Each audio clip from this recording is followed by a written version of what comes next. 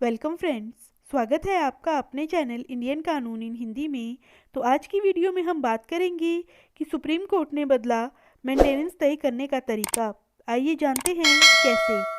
जब भी पति पत्नी में कोई डिस्प्यूट होता है तो मैक्सिमम पत्नी यही आरोप लगाती है कि मेरे पति ने मुझे मारा पीटा और मुझे घर से बाहर निकाल दिया। जब मैं पति के साथ रहती थी तब भी वो मेरा भरण पोषण नहीं करते थे और अब मुझे पति से भरण पोषण चाहिए। ये मैक्सिमम आरोप पत्नी के द्वारा लगाए जाते हैं। इसके बाद पति की तरफ से रिप्लाई दिया जाता है और पति मेंटेनेंस से बचने के लिए अपनी आय तक छिपा लेते हैं और बेरोजगार हो जाते हैं। अब माननीय सुप्रीम कोर्ट ने मेंटेनेंस तय करने का तरीका बदल दिया है।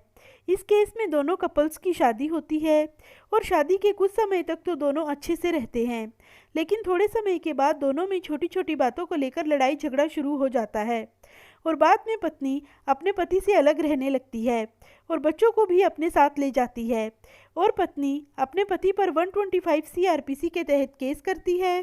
तो पति की तरफ से जवाब दिया जाता है कि पति कुछ भी नहीं कमाता और उसकी कोई इनकम नहीं है। इस केस में कोर्ट पत्नी का मेंटेनेंस नहीं बनाती, सिर्फ बच्चे को 6,000 रुपये पर मंथ से मेंटेनेंस लगाया जाता है। फिर पत्नी इसके खिलाफ हाई कोर्ट में जाती है तो इस केस में हाई कोर्ट का डिसीजन भी सेम ही रहता है। फिर अंत में पत्नी पहुंचती है सुप्रीम कोर्ट में। फिर सुप्रीम कोर्ट में जब मामले को देखा जाता है तो माननीय सुप्रीम कोर्ट के द्वारा ये कहा जाता है कि अगर पति कुछ नहीं कमाता तो इसका मतलब ये नहीं है कि वो कमा नहीं सकता। पति जानबूझकर कमाना नहीं चाहता है मेंटेनेंस से बचने के लिए, तो ये आधार कोर्ट में बिल्कुल भी नहीं चलेगा। वो पत्नी है और पति का कर्तव्य बनता है कि वो अपनी पत्नी का भरण पोषण करे।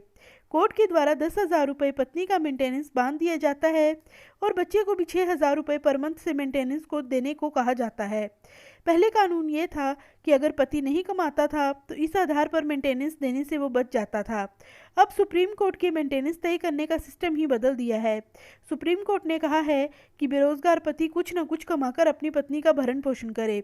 इस जजमेंट का लिंक आपको वीडियो के डिस्क्रिप्शन बॉक्स में दिया गया है, वहां पर जाकर आप इसे डाउनलोड करके पढ़ भी सकते हैं। तो आई होप दोस्तों इस वीडियो में दी गई जानकारी आपको पसंद आई होगी।